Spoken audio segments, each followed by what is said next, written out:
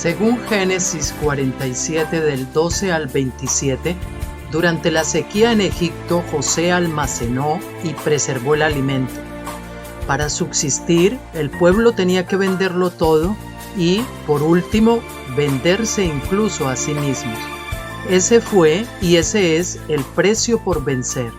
Dicho en palabras del profeta Amós en 8:11, He aquí vienen días, dice el Señor Yahvé, en los cuales enviaré hambre a la tierra, no hambre de pan ni sed de agua, sino de oír la palabra de Yahvé. Así también lo es en este tiempo del fin, donde conseguir el alimento para poder conquistar nuestra tierra, que es Cristo formado en nosotros, y entrar al reino en esta edad de tabernáculos, nos costará renunciar a todo, incluso nuestra propia vida, pero a cambio de nuestro todo tendremos su todo y reinaremos con él. Sean todos muy bienvenidos. Con ustedes, José.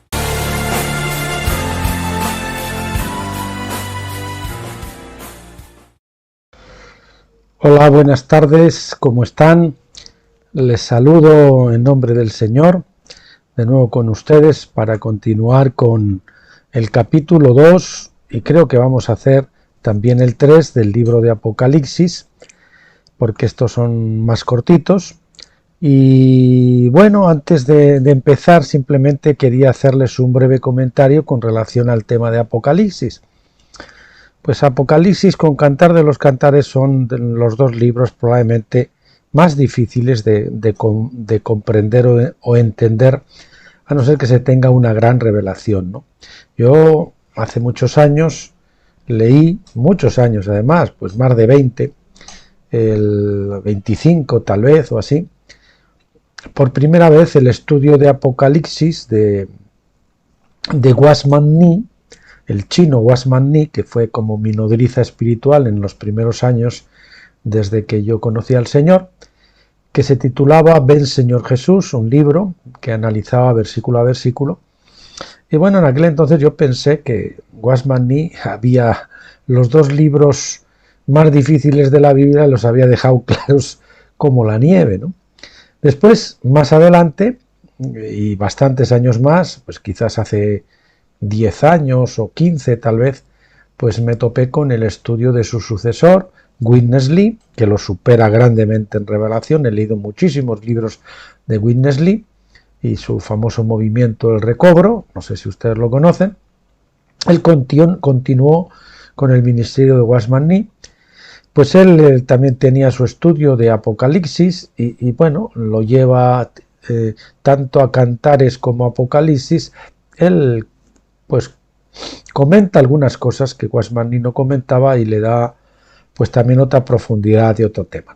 Sin embargo, yo pensé que cuando estaba ya todo hecho y estaba bastante clarito, pues apareció la revelación de tabernáculos, el Señor me sacó del mundo denominacional y entonces después de salir del mundo denominacional, en concreto del ministerio Remar en España en el que yo estaba por más de 11 años, pues por las casualidades, entre comillas, del Señor, ya saben ustedes, pues entonces el Señor trajo y permitió que contactara y conociera al doctor Stephen Jones y él empecé a leer sus libros, que hay que leerlos todos para entenderlos, una revelación que choca, yo tuve que orar mucho, pero bueno, a medida que me fui adentrando en estas cosas, pues descubrí que este hombre había ido a las fuentes, había ido hasta atrás, había leído la historia, él tiene sus propios libros de la historia bíblica de la Iglesia,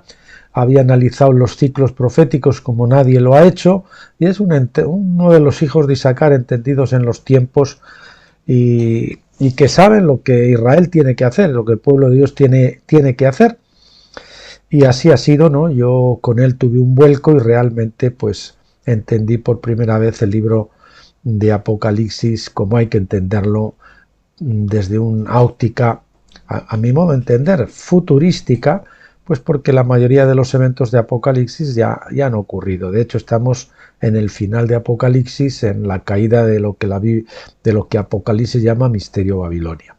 Así que ese ha sido mi devenir en cuanto al tema de Apocalipsis, y ahora pues veo el Apocalipsis entroncado en la historia y entroncado sobre todo también en la historia de la bestia del mar y de la bestia de la tierra, primero la de la tierra y luego la del mar, que estamos estudiando, y por eso pues realmente me parece que es la revelación que yo creo que más se ajusta, que tiene más sentido común, más lógica y que nos hace entender muchas cosas. Pero hay que entender que, claro, hay muchas veces que autores que nos parecen magníficos, tienen una revelación profunda y a los que amamos, pues parten de premisas incorrectas, y entonces partiendo de premisas incorrectas y construyendo revelaciones que pueden tener mucha carga de verdad sobre premisas incorrectas, pues nunca se puede llegar a conclusiones correctas.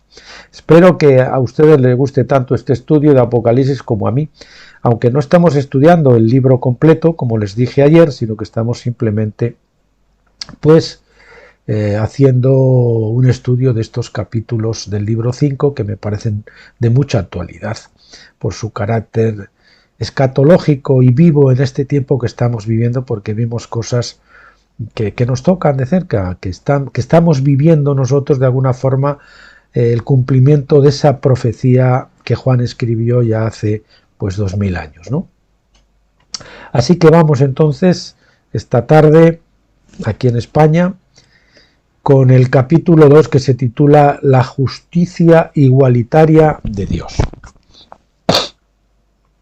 La sección sobre la bestia del mar se cierra con Apocalipsis 13:10, diciendo: si alguno es destinado al cautiverio va. Si alguno mata a espada debe ser muerto.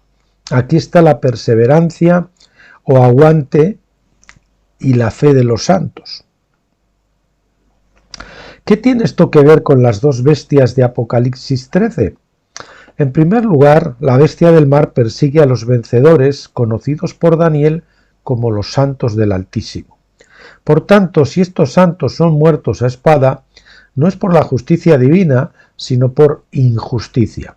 Entonces, este principio debe aplicarse a aquellos que injustamente matan a los santos, y no podemos concluir que los santos fueron asesinados porque lo merecían.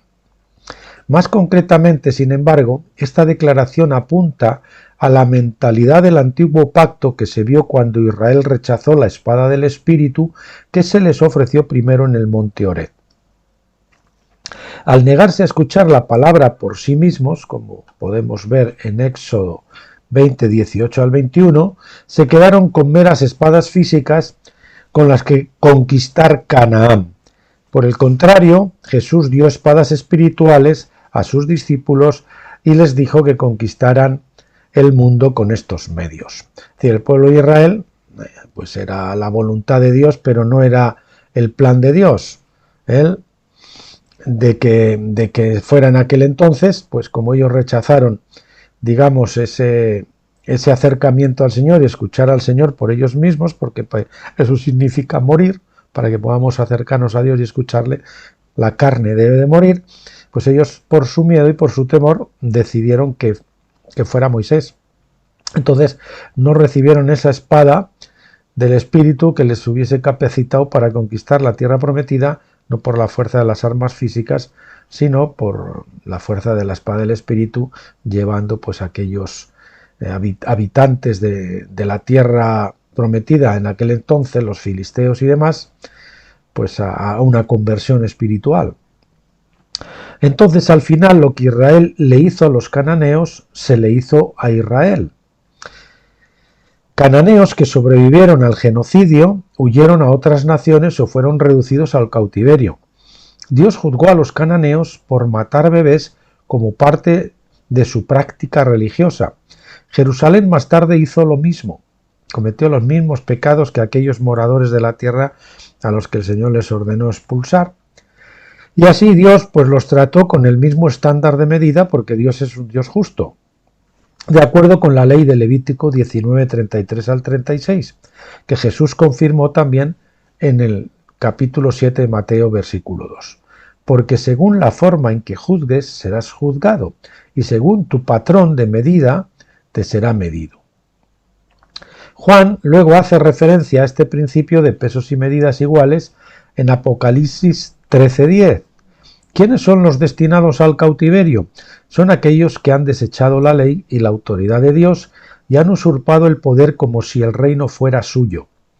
¿Quiénes son los que deben ser muertos a espada? Son aquellos que han matado a espada, teniendo una mentalidad del antiguo pacto mientras aún estaban en rebelión contra la ley de Dios. Y hemos visto que la bestia de la tierra, la Iglesia Católica Romana, pues realmente lo que usaba es la espada física y por lo tanto estaba usando el antiguo pacto, y así ha sido con la inmensa mayoría de la Iglesia en este periodo pentecostal de los últimos 2000 años. Antes de la crucifixión de Jesús, Pedro todavía estaba atado a la mentalidad del antiguo pacto. Cuando los soldados vinieron a arrestar a Jesús, Pedro quiso defender a Jesús con una espada, pensando, como lo haría cualquier seguidor devoto normal, que sus acciones eran buenas y correctas, pero Jesús reprendió a Pablo en Mateo 26, 52 al 53. Entonces Jesús le dijo: «Vuelve tu espada a su lugar, porque todos los que toman espada, a espada perecerán. ¿O pensáis que no puedo apelar a mi Padre y que enseguida pondría a mi disposición más de 12 legiones de ángeles?» La perspectiva de Pedro todavía era carnal, a pesar del hecho de que había realizado milagros de curación, como se ve en Lucas 10:9, y había echado de fuera demonios, Lucas 10:17. El mismo Pedro, que confesó a Jesús como el Cristo en Mateo 16:16, se volvió y se convirtió en adversario Satanás de Jesús unos pocos versículos más adelante, en Mateo 16:23, cuando el Señor le dice: «Apártate de mí, Satanás». La Iglesia romana ha escogido honrar a Pedro en el asiento de su autoridad, la llamada silla de Pedro. Al colocar a la Iglesia bajo la autoridad de Pedro, inadvertidamente también asumieron el problema de Pedro y su carnalidad. Por eso es tan importante estar bajo la cubierta de Jesús y no bajo la cubierta de los hombres, cubierta o cobertura, como prefieran. Las coberturas de los hombres parecen buenas porque uno puede subir a su nivel de crecimiento espiritual, pero al final esas mismas coberturas también limitan el crecimiento según las limitaciones de quien nos cubre. O sea, somos limitados por el líder al que seguimos, y también pues somos llamados a llegar a su altura también, ¿no? Las dos cosas pueden ser. Pero si queremos separarle, pues tenemos que seguir a Cristo para seguir creciendo. Si queremos superarle. En mi propia experiencia descubrí que cuando rechacé la palabra del Señor y me coloqué bajo la cobertura del hombre, asumí también sus limitaciones y sus problemas. Aprendí una lección valiosa de la dura experiencia. Y aquí les repito que yo entiendo, en mi leal saber y entender, que debemos estar bajo cobertura, bajo autoridad, hasta que llegamos a la madurez, como la palabra dice, estamos bajo ayo, hasta que llegamos a la edad de la filiación. Y eso pues nos lo manifestará el Señor, o se lo manifestará el Señor a cada uno en personal, y seguramente también a nuestro líder, y si es un líder que Él quiere que sirvamos al Señor y no a Él, por encima de todo, pues Él mismo nos indicará: yo creo que debes volar solo, ya es hora para que tú dejes el nido, ¿no? Este fue el problema espiritual central que surgió cuando el pueblo exigió ser gobernado por un hombre, en lugar de ser gobernado solo por Dios. Primera de Samuel 8:7. Cuando el pueblo buscó el liderazgo de Saúl, lo siguieron en su rebelión contra Dios. Primero de Samuel 13, del 13 al 14 dice: «Y Samuel dijo a Saúl: has actuado neciamente, no has guardado el mandamiento de Yahvé tu Dios, que él te mandó, porque ahora Yahvé hubiera establecido tu reino sobre Israel para siempre. Mas ahora tu reino no perdurará. El Señor se ha buscado un hombre conforme a su corazón, y el Señor lo ha puesto por gobernante sobre su pueblo, porque no has guardado lo que el Señor te ha mandado». Como hemos dicho tantas veces, Saúl era un tipo de la Iglesia, porque fue coronado el día de Pentecostés o cosecha del trigo. 1 de Samuel 12:7. Por eso la iglesia de este tiempo, de estos dos últimos años, es conocida también como Iglesia Saúl. Él representa el reino de Dios bajo el gobierno temporal de la tribu de Benjamín antes del reino completo gobernado por Judá, David. Así también hemos visto el gobierno de la Iglesia bajo Pentecostés durante los últimos 40 jubileos. Tuvo problemas de rebelión desde su segundo ciclo de jubileo, así como Saúl se rebeló ya en su segundo año. Eso lo tenemos en 1 de Samuel 13, 1, versión King James Version, que es la que suele citar Stephen Jones. La Iglesia romana, creyendo que su organización terrenal es la Iglesia, entre comillas, es de la opinión de que nunca será derrocada ni su gobierno terminará jamás. No cree ni enseña la historia de Saúl y David. La Iglesia romana ha sido una iglesia rebelde durante muchos siglos y ha perseguido a sus Davides, así como lo hizo Saúl. A los vencedores han sido perseguidos, ¿verdad? Como Saúl, la Iglesia romana usurpó la autoridad de Cristo y como Saúl tuvieron la audacia de creer que lo hicieron con la aprobación de Dios, o al menos con inmunidad de persecución divina. Y así se da el veredicto en Apocalipsis 13:10. Los destinados al cautiverio deben ir al cautiverio. Los que viven por la espada deben morir a espada. Estos eran dichos comunes de aquel tiempo que mostraban que la justicia divina prevalecerá al final. Ninguna raza, nación o iglesia terrenal puede reclamar inmunidad cuando está en rebelión contra Dios. La justicia divina se imparte imparcialmente. Nadie puede reclamar inmunidad por tener una relación especial con Dios. Los judíos cometieron este error en épocas anteriores.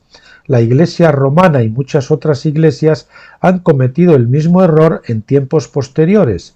Sin embargo, la clave para entender todo este asunto es conocer la historia de Saúl y David y cómo funcionaron como tipos de la Iglesia y los vencedores. Las llaves del reino no se dan a Roma ni a ninguna otra ciudad. Aquellos que las poseen son los que tienen la revelación que abre las Escrituras, clave a nuestro entendimiento.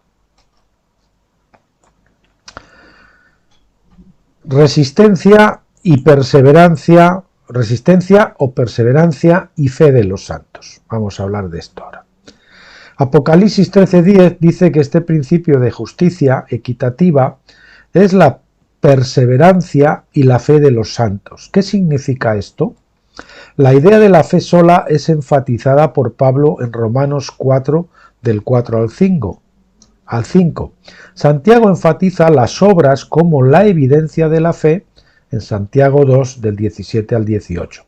El libro de Hebreos se enfoca en la resistencia o perseverancia, Hebreos 12:1, que parece ser un subconjunto de las obras que enseñó Santiago.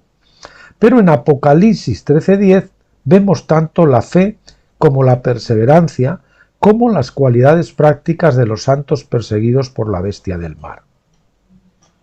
O sea, la bestia del mar ha perseguido a los que tienen tanto fe como perseverancia. En vista del hecho de que esta bestia estaba destinada a subyugar a los santos por un tiempo, era importante tener fe y perseverancia.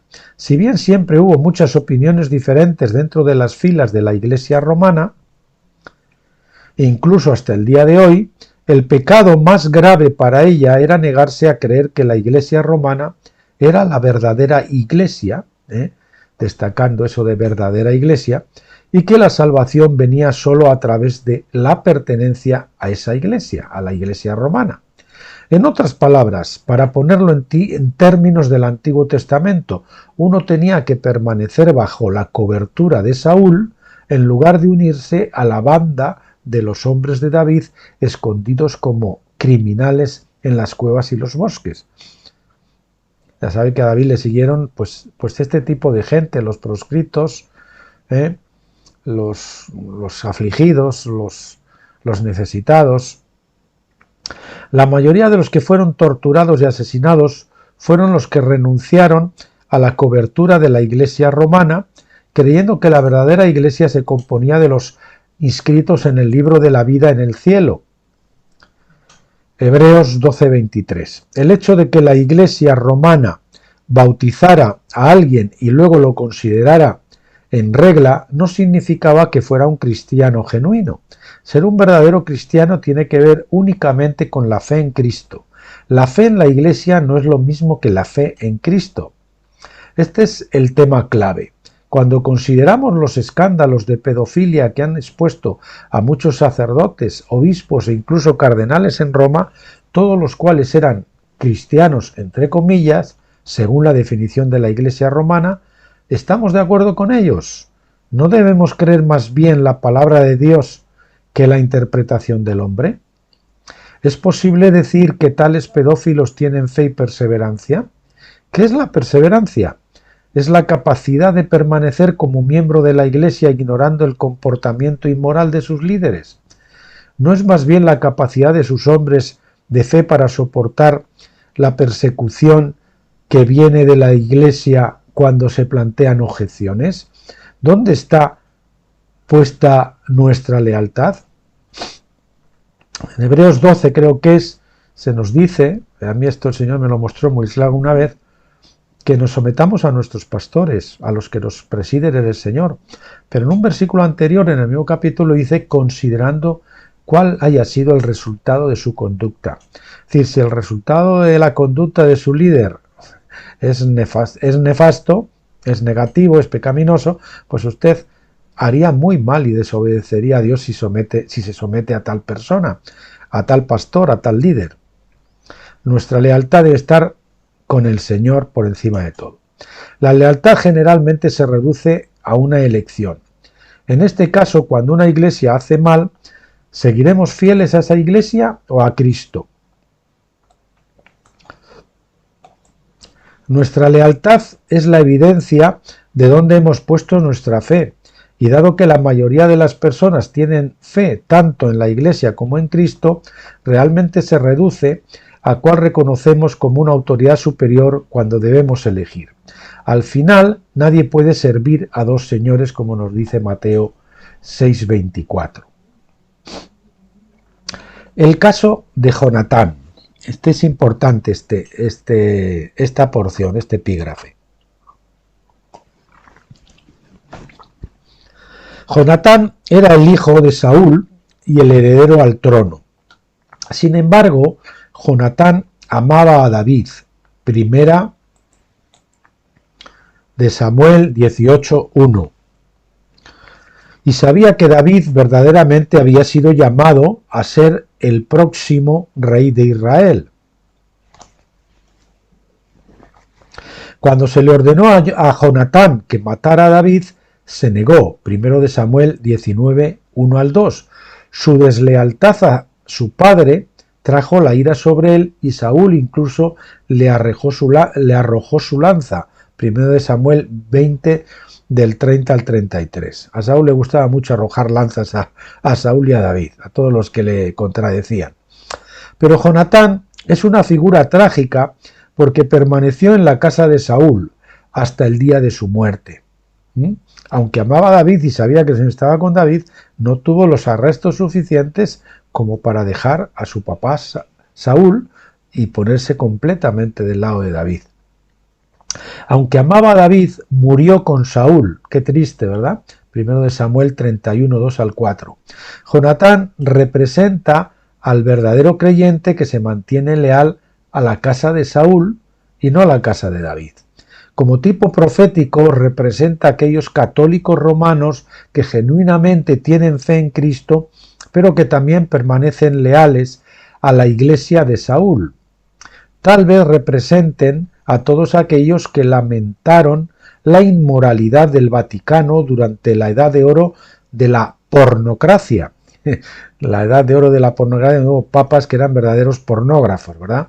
Que caracterizó a los principios del siglo X. Quizás también representen a quienes aborrecieron la tortura y el asesinato de las inquisiciones desde el siglo XIII al siglo XVI, pero siguen permaneciendo ahí. Fue como aquellos católicos carismáticos y pentecostales, que los hay algunos, que sin embargo se niegan a renunciar a esos ídolos como el marianismo, las imágenes y otras cosas por el estilo, al papado.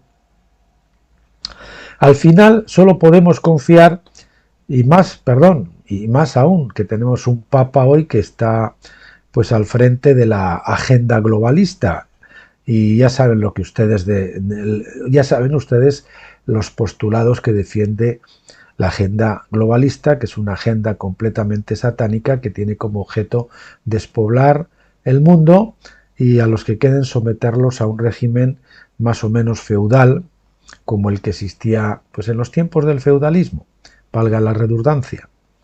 Al final solo podemos confiar en que Dios juzgará cada caso con justicia. ¿Es posible ser vencedor dentro de la casa de Saúl? El caso de Jonatán puede ser una prueba de que es posible. Algunos pueden incluso llegar a ser vencedores. Sin embargo, ¿qué diremos cuando veamos su final? Jonatán murió con su padre y por tanto no pudo ser parte del gobierno de David. Es decir, que no llegó a gobernar. Así les va a pasar a alguno que no van a gobernar en el milenio. No diría que tales Jonatanes morirán como Jonatán, por supuesto, ni siquiera que perderán su salvación. El juicio de la ley no se aplica de la misma manera a cada individuo dentro del panorama profético más amplio. Todos deben ser tratados como individuos y cada persona es única. Pero seguramente esto dice algo de verdad que debe aplicarse de varias maneras según cada situación individual en el día en que el juicio divino caiga sobre la moderna casa de Saúl, la Iglesia Católica Romana. Y bueno, habíamos dicho que íbamos a incluir hoy también el capítulo 3, pero como con la introducción y los comentarios se ha alargado ya 25 minutos, pues yo creo que es bueno que lo dejemos aquí hoy y que el próximo día continuemos con el capítulo 3, que es también una continuación de lo que es la bestia de la tierra que comenzamos a estudiar en el capítulo 1. Apocalipsis 13 del 11 al 12. Comenzaremos ahí. Que Dios les bendiga, ha sido un placer estar de nuevo con todos ustedes y que les aproveche esta revelación tanto como a mí me ha aprovechado. Que Dios les bendiga mucho.